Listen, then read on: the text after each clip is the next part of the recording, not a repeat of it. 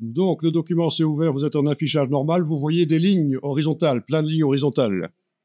Quand vous zoomez en arrière, à un certain moment, elles disparaissent, c'est tout à fait normal. Il y a un seuil d'affichage de ces lignes. À un certain moment, quand on est en zoom arrière, ça vaut plus la peine de les afficher.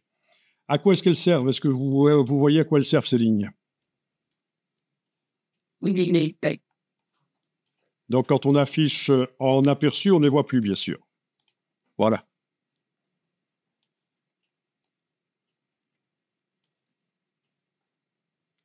Vous voyez pas quelque chose de particulier? En fait, ces lignes, c'est ce qu'on appelle la grille de ligne de base. Elle est utile pour que d'une colonne à l'autre, le texte soit parfaitement en face, quel que soit ce qu'on fait, les titres qu'on met, etc. Alors, testez ça. D'abord, on va aller voir quel est le calque qui est ouvert, qui est déverrouillé. Le calque texte, ouais, c'est bien ça. Si j'enlève l'œil ici, on voit bien que c'est le calque texte sur lequel je suis en train de travailler. Il n'est pas verrouillé. Avec l'outil texte, tentez de mettre le curseur n'importe où dans le premier titre là. Et avec la palette paragraphe, texte paragraphe, tentez de modifier l'espace après. L'espace après paragraphe.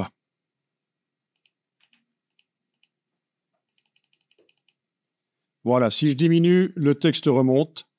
Si j'augmente, le texte va descendre. Mais ce qu'il y a, c'est qu'il ne descend pas tout de suite parce qu'il est obligé de se caler sur la grille. Il est calé sur la grille de ligne de base.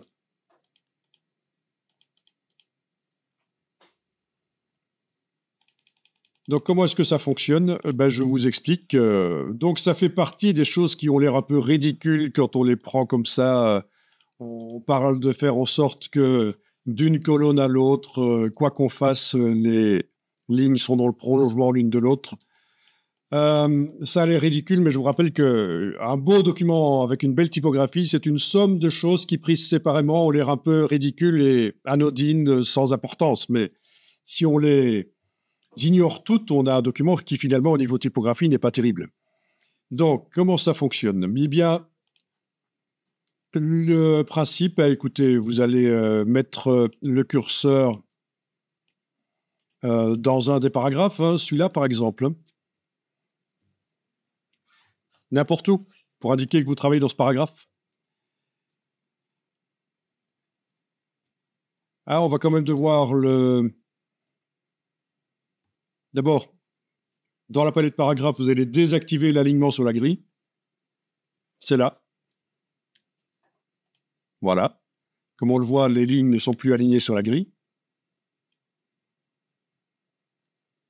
Ensuite, vous allez faire un test. Donc, ce paragraphe, vous allez sélectionner entièrement avec l'outil texte, y compris sa balise. Voilà. Donc, on appuie au début du paragraphe, on garde appuyé, on bouge. Et on va modifier l'interlignage par la palette caractère, texte caractère. Interlignage qui pour l'instant est à 17. Je vous laisse modifier ça. Ok, moi je vais le mettre à 19 par exemple, au lieu de 17.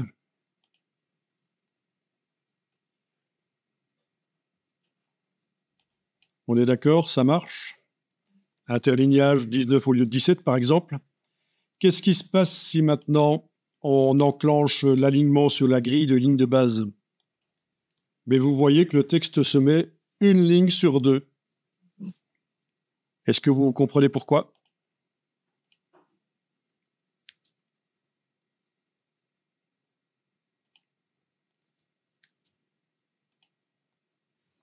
En fait, il faut absolument, quand on fait une grille de ligne de base, qu'elle ait la valeur de l'interlignage du texte principal du document. Là, je suis en train de travailler le texte principal du document. C'est pas un titre, hein, c'est vraiment le corps du texte, le texte de labeur. J'ai augmenté l'interlignage de 17 à 19. La grille de ligne de base est toujours restée à 17. Et donc, quand j'essaie de l'utiliser, ça ne sait pas. Ça saute une ligne sur deux. Ben oui, texte à 19, grille à 17, le texte ne sait pas se mettre sur chaque ligne, eh bien, on va aller modifier la valeur de la grille de ligne de base, comme ça vous voyez comment ça fonctionne. On va aller dans Édition Préférences. Je suis sur un Mac, je vais dans InDesign Préférences. Et on va aller jusque Grille.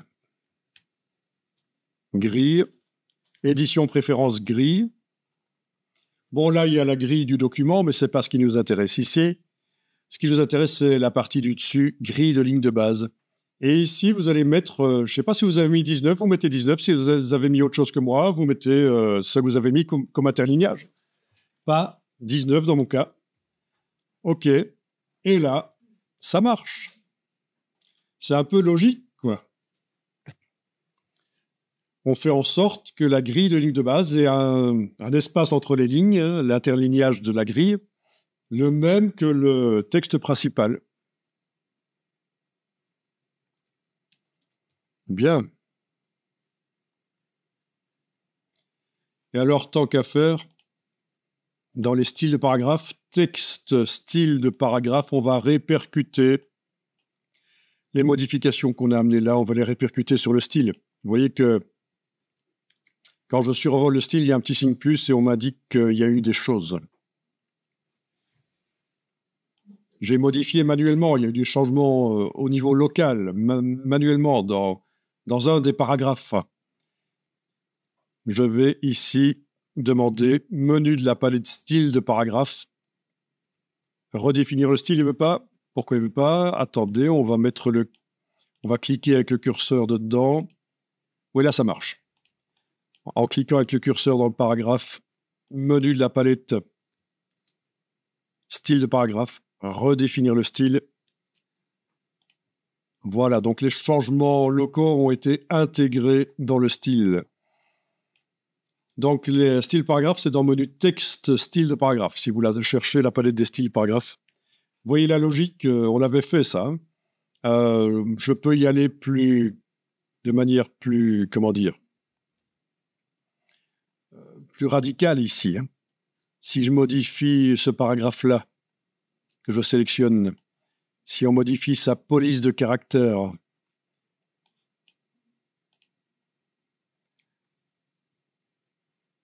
donc police bâton, police... ok, on va tenter ça. Voilà, la police de caractère a été bien modifiée, peut-être pas encore assez pour que tout le monde le voit. Je vais passer vers une police bâton, oui. Voilà.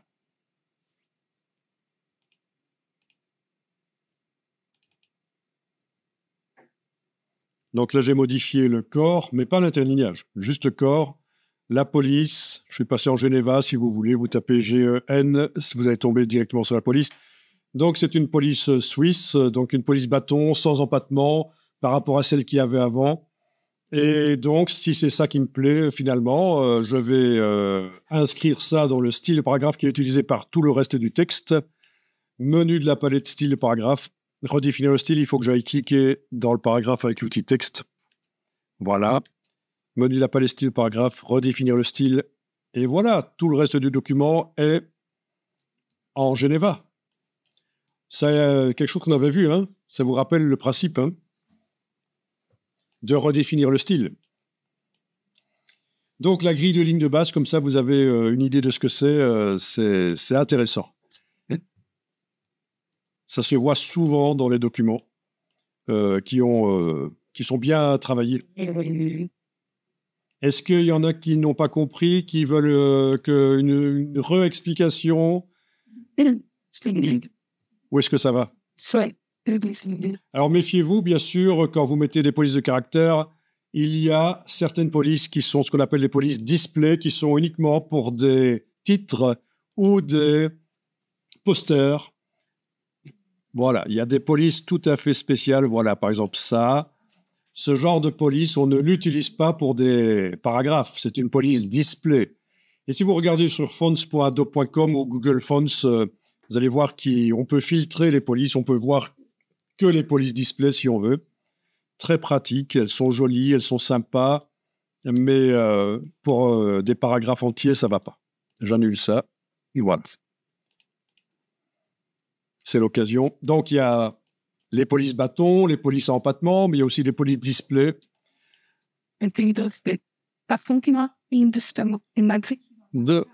Ah, tu es dans le paragraphe avec l'outil texte, tu as cliqué et redéfinir le style n'est pas accessible.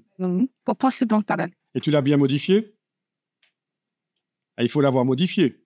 Oui, c'est à faire une étape, c'est à partir de redéfinir le style que ça n'a plus pris. Ok, je vais venir voir ce qui se passe. Oui, donc, autre chose, je vous rappelle, ici, premièrement, j'ai des césures, des coupures de mots. J'ai limité le nombre de césures consécutives. J'ai dit jamais deux césures consécutives, jamais deux lignes de suite coupées. Donc ça, c'est dans la palette paragraphe. Césure, ça vous rappelle quelque chose? Oui. C'est ici. Limite de césure, à la place de 3, j'ai mis 1. Comme ça, j'aurai jamais deux lignes de suite qui sont coupées. Concernant les césures et les virgules, vous vous souvenez, est-ce qu'on avait parlé de les faire sortir du bloc? C'est ce qu'on appelle la ponctuation hors justification.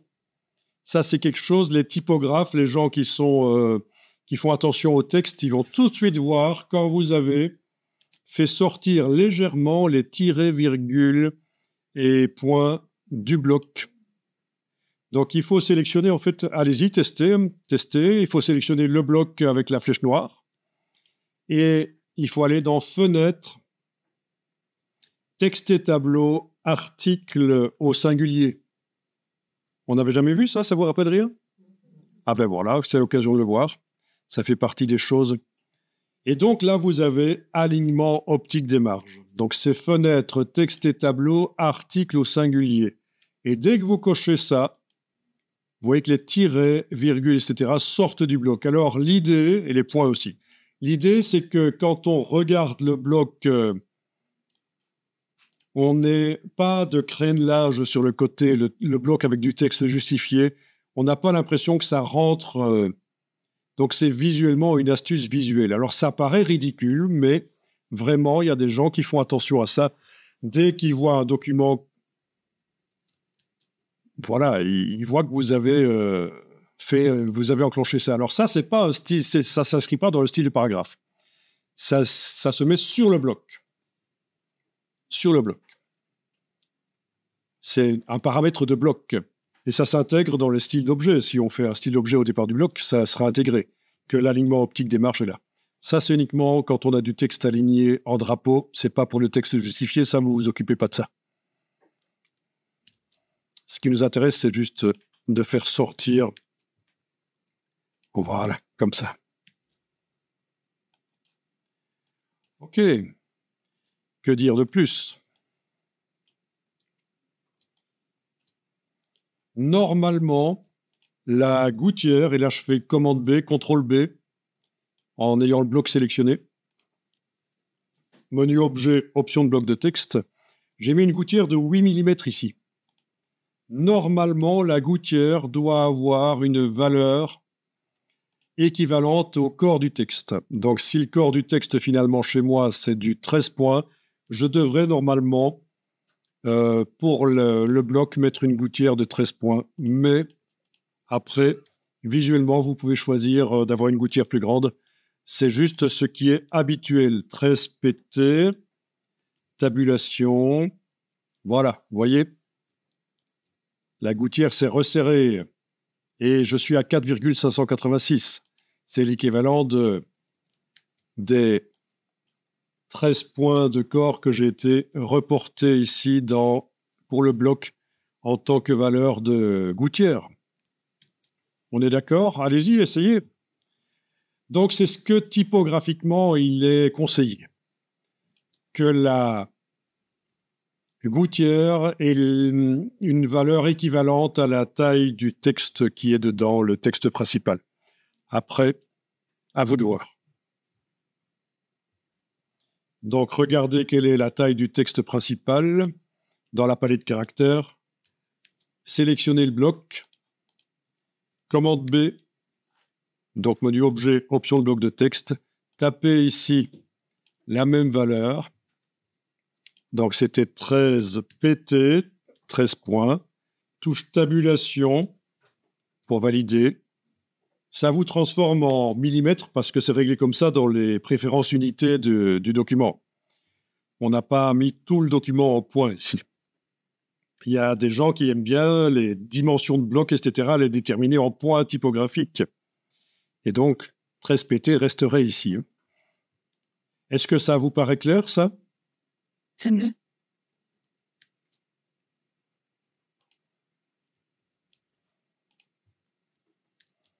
Tant que vous y êtes, règle de colonne, vous pouvez regarder ce que c'est. Dans les options de bloc de texte, règle de colonne, insérer des règles de colonne. Vous voyez? Alors c'est un peu lourd, hein, ça fait un peu vieillot. Ça fait un peu journal du 19e siècle, en fait. Hein. Mais pourquoi pas, c'est un genre. Ça existe aussi des sites web avec ces espèces de cloisonnements. C'est ce qu'on appelle le style éditorial.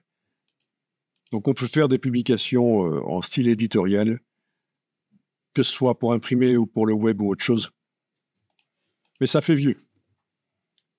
Bon, ici, je ne vais pas le mettre, mais est-ce que vous avez vu la règle de colonne? Il fut un temps où c'était très difficile de faire ça, alors ils ont inséré cette fonctionnalité à la demande des utilisateurs. Pourquoi pas? Avec bien sûr l'épaisseur, la couleur, etc.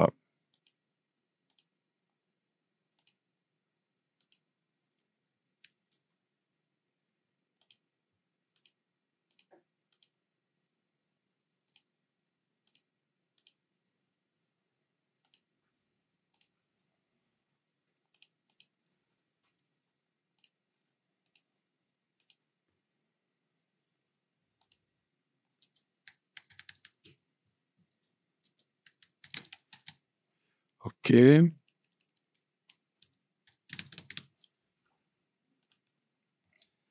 Alors, à l'origine, on était dans ce document pour voir qu'on peut en faire une version différente.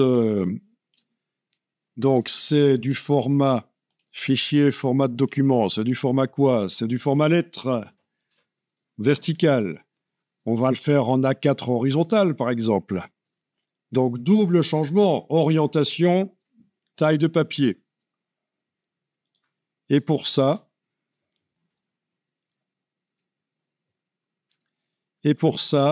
on va dans le menu Fichier. Alors, vous avez ce qu'on cherche ici, ajuster la mise en page. Ou, dans format de document, vous avez accès aussi à ajuster la mise en page. Et donc, on avait dit A4, horizontal. Ajuster automatiquement les marges. Oui, on coche. La taille de la police, non, parce que ce n'est pas un changement de format très important. On ne passe pas d'un grand format vers un petit ou inversement. Donc, il ne faut pas adapter la taille de la police. Ajuster le contenu verrouillé, oui. Bon, ben, tentez, cliquez sur OK. Et voilà, vous avez votre format A4 horizontal. Et les blocs qui collaient aux marges ont été adaptés. Alors, il y a parfois des petits changements, il y a des choses qui ne vont pas. Sinon, ça va, j'ai rien dit. Là, ça va. C'est des images distinctes. Ah oui, les images, il faut repositionner, oui, oui. Il faut repositionner, mais alors le calque des images est verrouillé. Donc, palette des calques, on va aller enlever le verrou en face du calque image, verrouiller le calque texte. Et donc, il faut aller double-cliquer, repositionner, redimensionner avec l'outil de transformation Ou alors je demande dès le départ en sélectionnant le bloc objet, ajustement, remplir le bloc proportionnellement. Voilà. Agrandir avec la flèche les blocs. Oui, ça, il faut adapter, c'est logique. Disons que ça dégrossit le travail.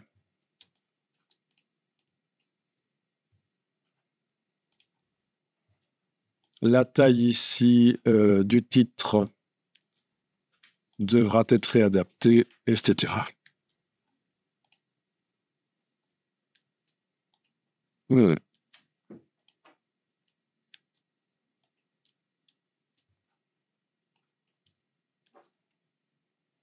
Bah, c'est quand même assez génial de pouvoir comme ça modifier. Ah, et le titre, c'est peut-être pas très heureux qu'il soit aligné sur la grille. C'est un des titres sur les pages avant, en fait. C'est pas très important, mais c'est juste pour vous montrer que il faut retravailler un peu.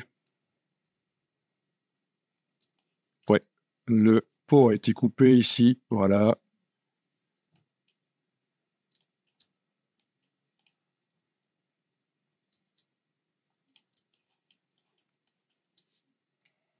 Alors la grille de ligne de base, quand elle est réglée, on n'a plus besoin de la voir. Affichage, grille et repère, masquer la grille de ligne de base. Affichage, grille et repère, masquer la grille de ligne de base. Mais une fois qu'elle est réglée, on n'a plus besoin de la voir. Hein. Bon, ben quand même pas mal de choses nouvelles ici. Hein.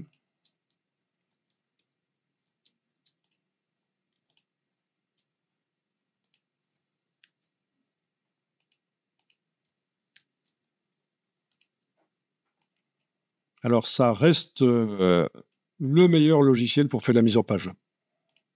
InDesign. Après, c'est coûteux. Adobe. C'est coûteux, c'est sûr.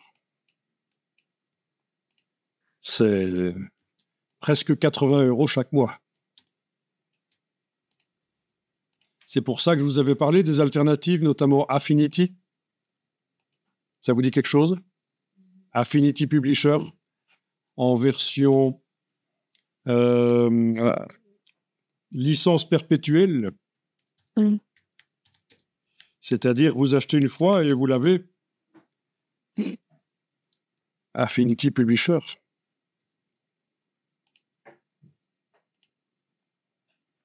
Voilà à quoi ça ressemble. C'est très fort une copie de Adobe, en fait. Hein. Donc, ça marche très bien, Affinity. Donc, ça a été racheté il y a 2 ans par Canva. On ne sait pas pour combien. Plusieurs milliards, sans doute. À l'origine, c'est indien, anglais. Donc, à la fois indien et anglais. Hein. Serif, je pense, la boîte, qu'elle s'appelle. Affinity, c'est la suite de produits et la boîte qui fait ça, c'est Serif. Bon, voilà. Canva, ça vaut 25 milliards en bourse. Donc, mais on ne sait pas combien ils ont racheté ça.